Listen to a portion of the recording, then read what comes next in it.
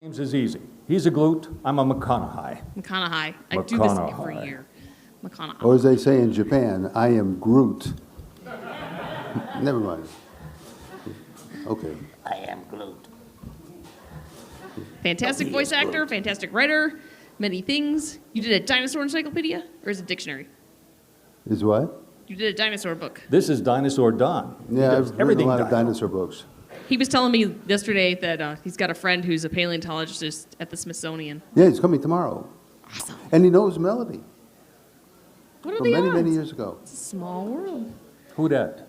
My friend from the Smithsonian who's coming tomorrow. Does he have a name? Michael K. Brett Sermon. He's the world's leading authority on hadrosaurs, which are duck-billed dinosaurs. Those are the cute ones. And Don Glut is the world's leading authority on putting dinosaurs and semi-naked women together. A talent. You know, it's funny, Michael and I have known each other for at least 20 years. We've been good friends. Whenever, in one of my film projects or something, I need a male voice, I hire Michael. I don't even audition anyone else. I don't even think about it. It was at this convention that I found out he worked on the Transformers. I had no idea. I don't think we ever mentioned it. It ever came up.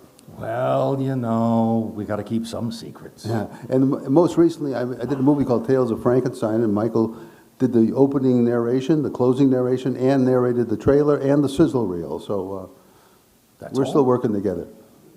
Very cool. Anybody have any questions they want to come up and ask? They can actually be Come to me. Transformers-oriented if you like. Big Transformers oriented? And no, I'm not going to get half naked because there are no dinosaurs in here. Put away that Dinobot. Oh, here we go. So I was wondering, what was like your favorite part on working on the Transformers, like in the entirety of the cartoon and whatnot? Well, my favorite part was when the mail was delivered and there was a nice big check in the mail. That was my favorite part. I think I can tell you that the checks that came in his mail were bigger than the checks that came in my mail. Because the script writers are creating something from nothing. And that's what Don was doing. They had an idea of what the characters were, and I assume there was a Bible that you were... Yeah, we got a Bible with some character descriptions, and the descriptions were pretty superficial. It told you what their abilities were, what their powers were, and something vague about the personality. This character's a little shy, this character's a little bit more aggressive.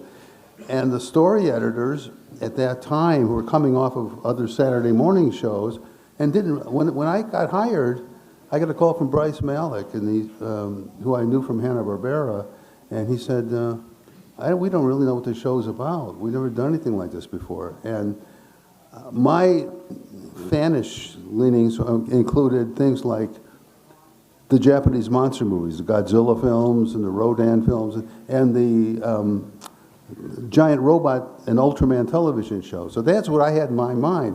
So I tried to recreate that sort of a feel in the shows I wrote. And there's a lot of shows that, to me, I don't need to put any other writers down, but a lot of those were written by people who didn't have that type of sensibility. So they were more like Saturday morning cartoons, you know, the same tropes and the same themes that you see recycled over and over again in Saturday morning shows, which I tried to stay away from. So when I did shows like the Dinobot shows, I was really writing Mothra versus Godzilla, you know, where Mothra would swim and pull him by the tail, and he'd be, you know, and he'd be trying to get a hold on the ground, and that's what I tried to do.